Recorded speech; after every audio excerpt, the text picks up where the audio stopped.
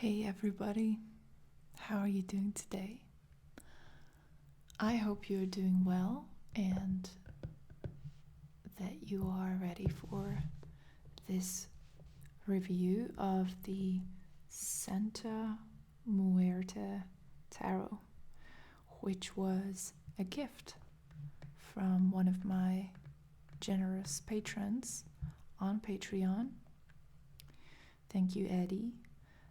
So Eddie sent me this limited edition tarot deck. See right here it says limited edition, and basically what makes it so special is this coffin shaped container for the cards. If you watch this review and like this tarot deck, you can still purchase it. Probably not with this coffin version, but you'll be able to find the deck with the same illustrations. So this was a very, very special gift, and I thought I would show you guys what the cards look like and tell you what my experience is using this deck. And I would also like to give a reading to Eddie using these cards in this video, so you can see what the cards look like in action and how they correspond to the traditional tarot meanings. So it comes with a little booklet as well. This is an extra card. I've used this deck a couple of times now for the commissioned readings on Patreon, and it's a fun deck. I really enjoyed it, but so at first glance it might seem like the illustrations are kind of dark because it's all death themed. So there's lots of skulls and skeletons, and it's all because the theme is Dia de los Muertos. I hope I'm pronouncing that right. That's the Day of the Dead, which is celebrated in a couple of South American or Central American countries, such as Mexico. And it's basically these days of festivities centered around a celebration of death and ultimately a celebration of life as well. So it is a little bit macabre, but there's a lot of value in the individual representations of the cards. It has a very different perspective than the Rider-Waite, obviously. So the classic tarot, there's a huge difference, and so I wouldn't necessarily recommend this deck for anyone who's just starting out learning the tarot. I would definitely label this as an advanced deck. But as you can see, the imagery is quite intriguing, quite mysterious. And I kind of like this. Let me just zoom in so you guys can see the illustrations a little bit better. So I like this Memento mori kind of vibe that the deck has. Remember death. So it's a constant reminder that we are always in the shadow of death, essentially. That's just the truth, basically. It's It's the truth that no one can escape. And so this piece of wisdom is deeply integrated within this deck. There's lots of flowers and pretty details in each card. The system of minor arcana cards, court cards, and major arcana cards is the same as in any other deck, so they didn't change that around, which I appreciate, because many times that can be a little bit confusing. So there's not a lot of change there. Actually, this was the card that I pulled for Eddie in his one card reading. So I'm going to put this to the side because this is going to be the significator for the reading, which we are going to be doing later on. But for now, let's just go through the deck and let's see what the different cards look like.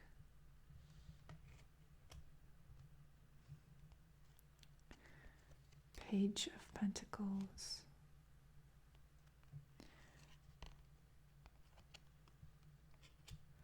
So there's a lot of vibrant colors and floral imagery and butterflies.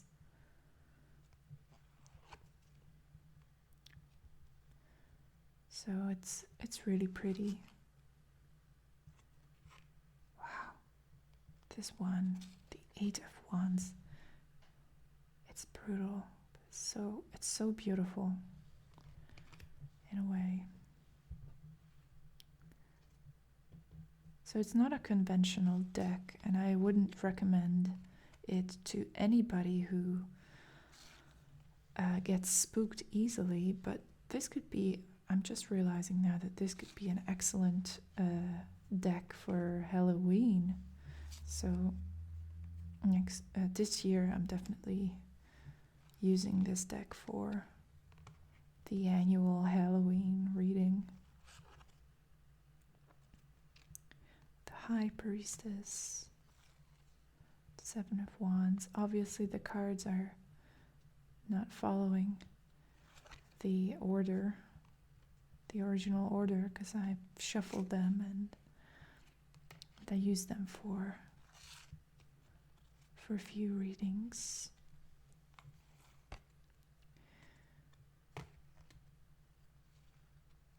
King of Cups.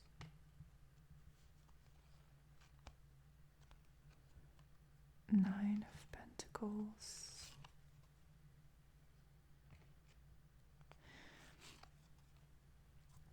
There's a lot of humor in these cards, despite the dark imagery and the dark topic of death.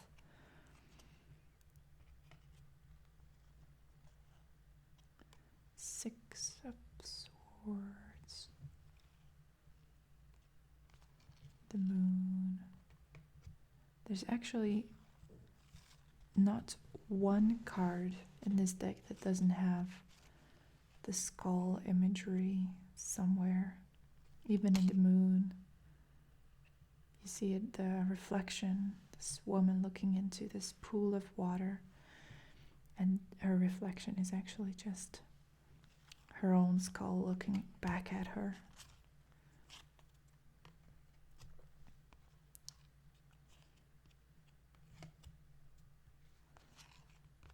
Strength.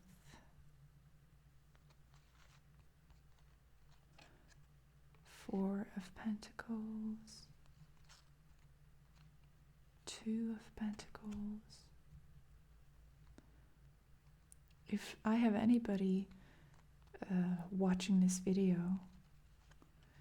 who's from one of those countries where Dia de los Muertos is celebrated, I would love if you could leave a comment, perhaps detailing your experience or how it happens. What do you guys do on this day? Because it's just fascinating to me. We have nothing like this in Europe. Not even close. I mean, in Hungary, we have the spring celebration, which is basically a celebration of life, the rebirth of nature, and it comes from ancient pagan cultures. And we often dress up as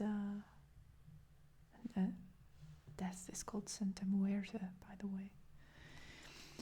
And so we often dress up for this occasion, and it's kind of like Halloween that way. The silly costumes and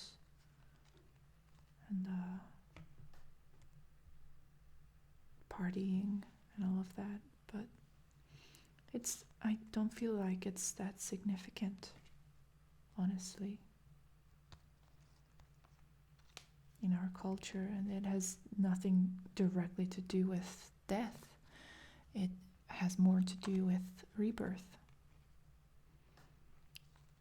Ace of Cups, the World, Six of Swords, Two of Wands, Seven of Swords, Eight of Swords, Knight of Wands, Temperance, the Wheel of Fortune, Justice, and the Page of Swords.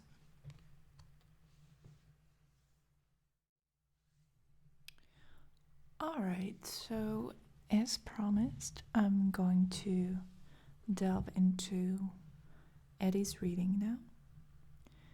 And before we get started, let me just show you the significator card again and explain my impressions. This is the Queen of Pentacles, and I pulled this card for Eddie as the one card monthly reading. And this card resonates with his position now on many levels, as he explained to me. He has a degree in information technology, but he never actually utilized it that much. He was doing a different kind of work that he wants to get out of. And actually at the company where he's working right now, there's an IT department upstairs. So it's interesting how this card connects with his desire and his goal to do a different kind of job, and how he's trying to move up the ladder figuratively and also almost literally. So he's trying to turn his life around. He's trying to learn new things, and he's extremely ambitious, and he might get a job upstairs, actually. So we're rooting for you, Eddie. And so the Queen of Pentacles generally is more about trying to share what you have, because it has this intense female energy, and also with the Pentacles it has this earthy material aspect to it. And the Queen of Pentacles would be someone who is looking out for others, someone who's spreading their skills, their resources, their knowledge in order to help others and to involve others. Now, this is a slightly different take on the same person. She's not as much concerned with the people around her. She has her eyes on the prize. She's ready to take the next steps. She's ready to take a leap of faith in order to get closer to her goals. So that's what the ladder represents. And this tree, we don't really see if there's any fruit up on the tree. So it's a question of faith on her part. She wants to take a chance and try to see if her plan is going to work out. So it's a lot more active, and there's a lot more risk-taking involved with this card, as it would typically be the case with other representations of the Queen of Pentacles. But there's still this energy of accepting, this feminine yin energy of accepting whatever comes humbly and with patience and endurance. So she's not trying to force anything, but she's taking the chance that is the opportunity that is in front of her. So I believe this is what this card represents. So now, Eddie, you shared with me, and the card has jumped out. So I was about to say, you shared with me that you're interested in traveling, and you want to change your lifestyle, basically. So you want to not be tied down to any particular geographical location. And you're interested in being a freelancer, someone who works in IT and is not necessarily trapped in one place. So they can move around freely, and they can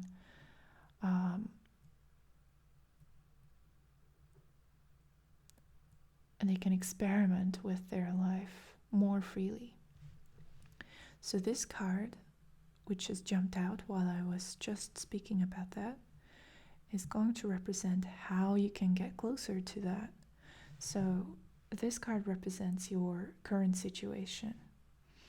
So this is kind of the short-term representation of what's going on with you. You need to have and keep your eyes on the prize, and you need to keep moving forward with your plan, even if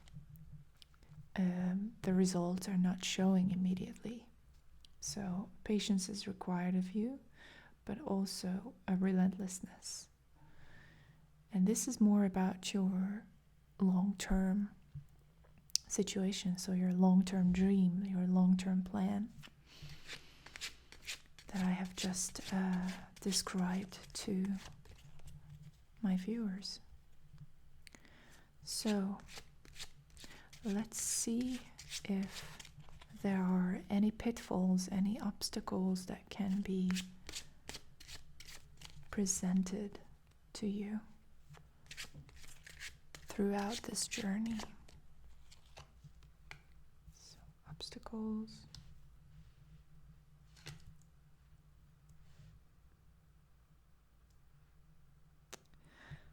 And let's have one card to show us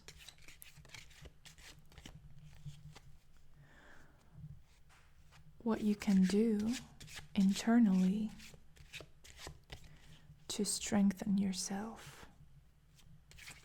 Because I get the sense that what you're planning for yourself requires a lot of inner strength. So let's see how you can develop this inner strength.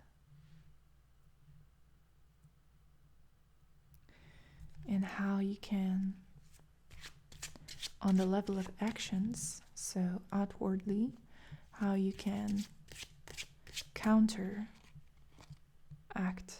with the obstacles that might be arising. And let's see one more card for now to give you some guidance into the future. So it's the guidance card for the future.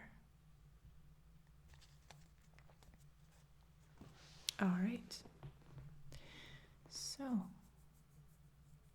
let's see, what do we got for you, Eddie, here?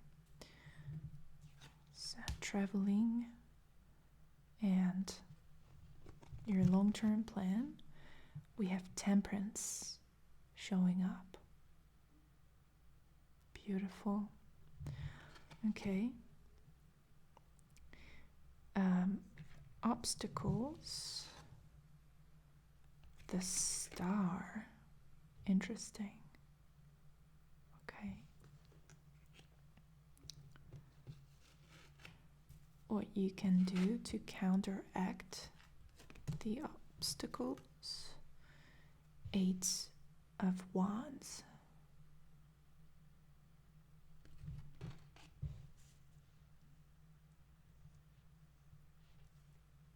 Okay.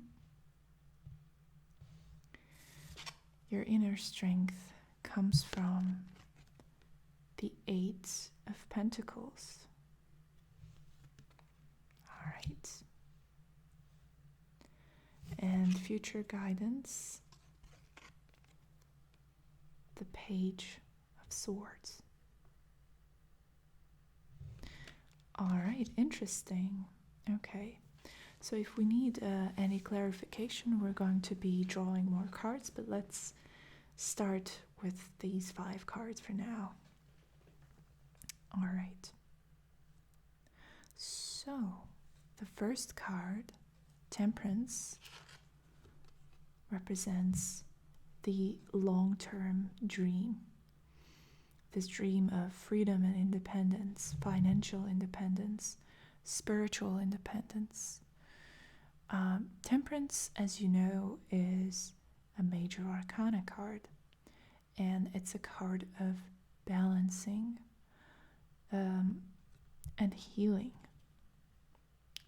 So temperance is this kind of interesting skeleton angel here in this deck, and what it represents, I believe, especially considering the obstacle card, which is kind of a strange obstacle to have, the Star, another major arcana card, and the card of hopes and ambitions. So considering this, I believe that the biggest pitfall of this journey and what can really set you back is your own expectations. So I can see that you have a lot of enthusiasm and you're very riled up. You're very much energized from within, and your heart and soul is in it, which is good. But the Star card is telling me that your ambitions know no limit. So there's a tendency for you to go off the rails a little bit in your mind, in your imagination, and you might be putting too much pressure on yourself with this. So you're telling yourself that, the sky's the limit, you're reaching for the stars, and you're not gonna settle for anything less than magnificent and perfect. So there's a part within you, there's an aspect of you that really expects this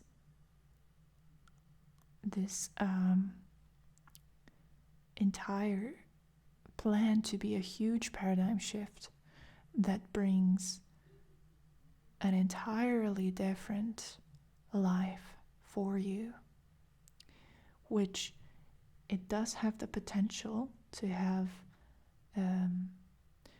significant positive influence on your life, but it's not going to be a miracle.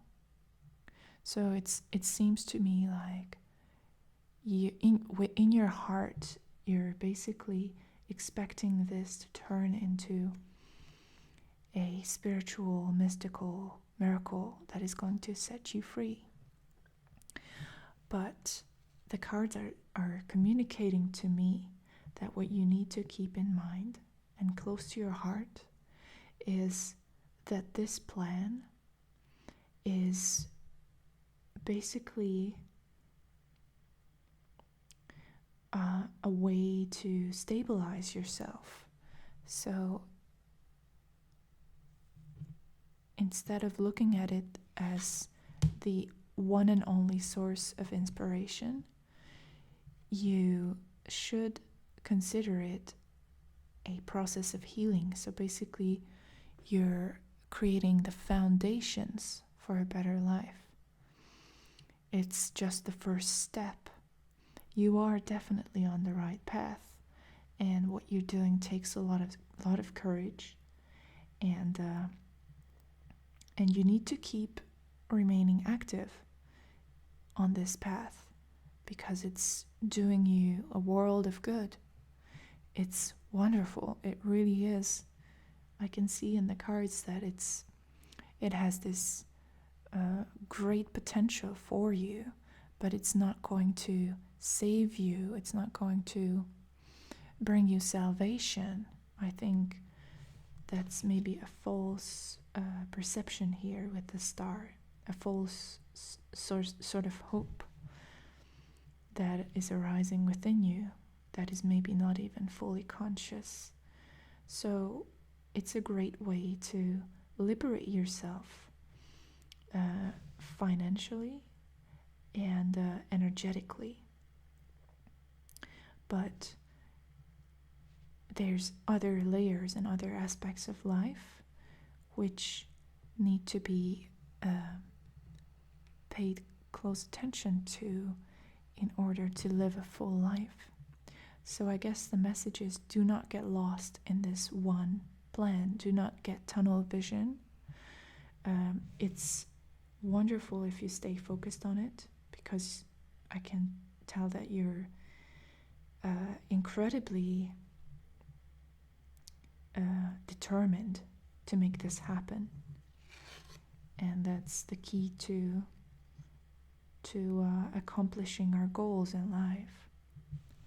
But I'm seeing this more as a like I said, as a way to bring more balance into your life, and to normalize and regulate a lot of the internal processes that are now irregular and uncomfortable and sort of awkward. So certain things that are in your perception and obviously very likely in truth are holding you back, these things will fall away. These things will disappear gradually as you keep going and as you stick to this path. But it's not going to shake you up.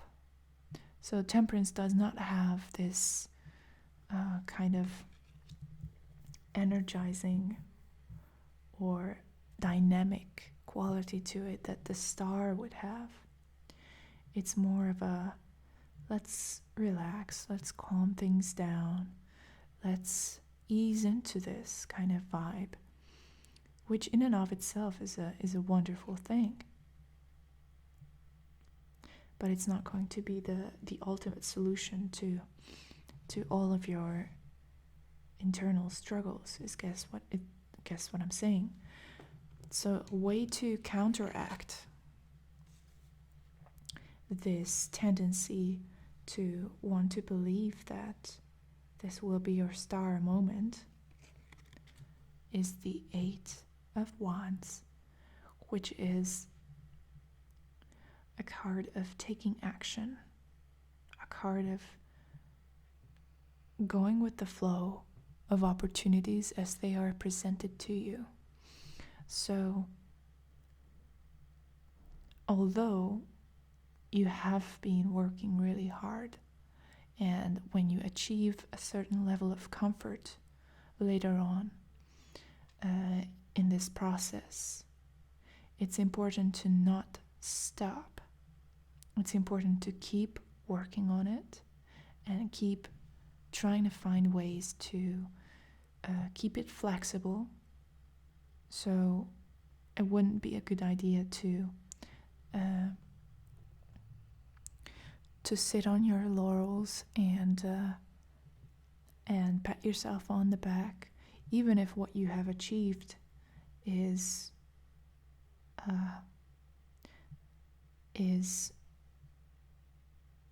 a huge step forward. It's important to not allow yourself to get comfortable with that. It's important to keep going, and instead of expecting this whole process to bring you spiritual salvation, like I said, keep working on creating more and more opportunities for yourself to get newer and newer experiences. And traveling is definitely a good idea. It's the 8 of Wands is strongly connected to the idea of travel and being busy and seeking new opportunities and new experiences. So it's important that you make things happen for yourself. This is what this card represents. Now, your inner strength comes from the 8 of Pentacles. And the 8 of Pentacles is a card of expertise. So, and this is the card of skills. And so you can definitely count on your own work ethic, your skill, your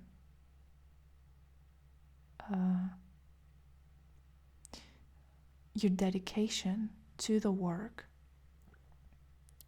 and your attention to detail. So basically, the 8 of Pentacles is a card of being a little bit of a perfectionist. So your own inner perfectionist nature is an inner resource that you can always rely upon. You like to do a good job. You like to complete things. You do not like to leave other people hanging. You don't like to let other people down, and you don't like to let yourself down. And there's this desire, this urge to complete things. And this is a wonderful quality to have. It's actually a wonderful leadership quality, as well as a quality of a good employee. So in the world of Pentacles, in the world of career and the material world, this is an asset, an attribute that is essential to have. And you definitely have this, and you can always rely on this. So you will not let yourself down. You will not get distracted. You will not get unmotivated. You will not get lazy. You can count on yourself. There's this solidity, the stability within yourself to want to make things perfect. Now, your guidance for the future. The Page of Swords is an indication that you should keep yourself open to new intellectual influences and ready to learn. So while you can always rely on your expertise, like I said, your knowledge and your experience in this field, it's important to keep yourself educated and look for opportunities to learn even more and to learn from others as well.